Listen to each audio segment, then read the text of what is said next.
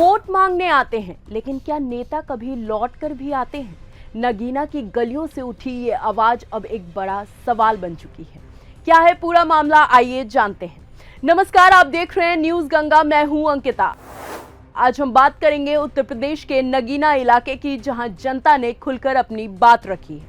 यहाँ लोगों ने न सिर्फ सरकार के काम पर अपनी राय दी है, बल्कि अपने सांसद चंद्रशेखर आजाद रावण पर भी सीधे सवाल खड़े कर दिए हैं। कानून व्यवस्था को लेकर कई लोग संतुष्ट दिखे। उनका कहना था कि पहले के मुकाबले अब गुंडागर्दी कम हुई है, माहौल बेहतर हुआ है और डर का माहौल भी पहले जैसा नहीं रहा है।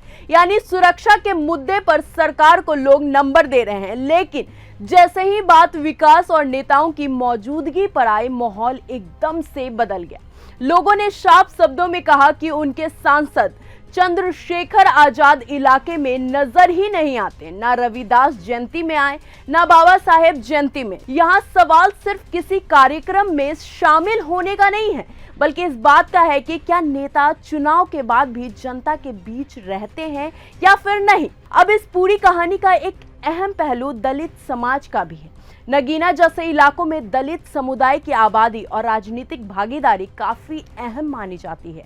लोगों ने यह भी कहा कि जो नेता खुद को दलितों की आवाज बताते हैं, उनसे उम्मीदें और ज्यादा होती हैं। बाबा साहेब डॉक्टर भीमराव अंबेडकर और गुरु रविदास जैसे महापुरुषों की जयंती पर किसी जनप्रतिनिधि के गैर मौजूदगी सिर्फ कार्यक्रम को मिस करना नहीं, बल्कि सम्मान और जुड़ाव का मुद्दा बन जाता है। कई दलित परिवार का कहना यह भी है कि उन्हें सिर्फ चुनाव के वक्त याद किया जाता है, लेकिन उनके मोहल्ले की समस्याएं जैसे खराब सड़कें, पानी की दिक्कत, रोजगार की कमी आज भी जस के तस है। यानी प्रतिनिधित्व का सवाल अब सिर्फ पहचान तक सीमित नहीं रहा है, बल्कि असली बदलाव और बराबरी के अधिकार से जुड़ चुका है।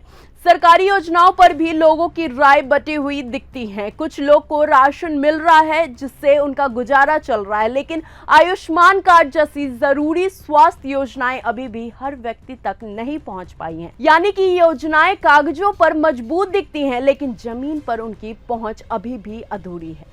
वहीं विकास की बात करें तो लोगों ने माना कि कुछ बदलाव जरूर हुआ है, लेकिन कई जरूरी काम आज भी अधूरे हैं।